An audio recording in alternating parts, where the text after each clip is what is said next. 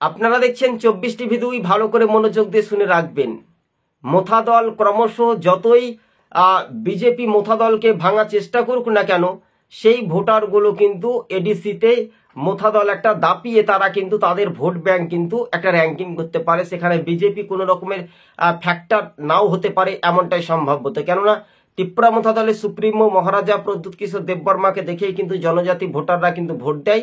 এটা বাস্তবে আপনাদেরকে মেনে নিতে হবে, বা আমরা যে সম্ভাব্যত তুলে ধরছি। কিন্তু শাসক দলের বহু ভোটার তারা গোপনে, তারা একসময় তারা যেহেতু মোথা দল করছে বটে, তারাই যদি যোগ দিচ্ছে বিজেপিতে, তারা সেই ভোটারগুলো প্রকাশ্যে তারা বলেই ফেলে দিয়েছে যে মোথা দলকে তারা ভোট দেবে।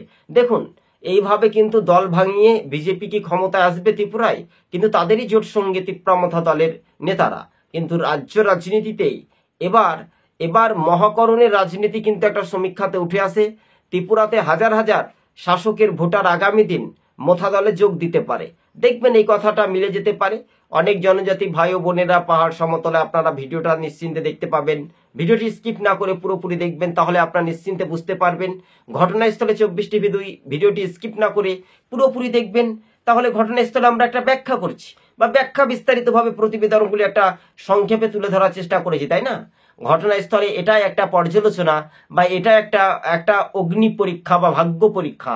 আর সেখানেই কিন্তু রাজ্য রাজনীতিতে সেখানে একটা ত্রিপুরা মোথা দল বা বিজেপি তারা কতটা মুখোমুখিভাবে চ্যালেঞ্জ করতে পারেন এডিসি ভিলেজ নির্বাচনে, সেটার উপরে দেখার একটা বিষয়।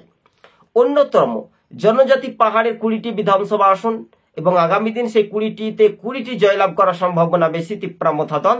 আগামী দিন কি তারা বিজেপির সঙ্গে জোট থাকবে, তাদের ভাগ্যে নির্ধারণ করবে, তাদের ব্যক্তিগত ব্যাপার। কিন্তু এবার বিজেপিকে কোন ঠাসা করতে পারে ত্রিপুরা মোথা? এডিসি ভিলেজ নির্বাচন যতই ঘনিয়ে এগিয়ে আসুক না কেন, ততই মোথা দল শক্তি প্রয়োগ করছে।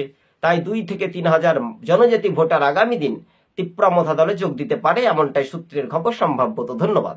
24 টিভি 2।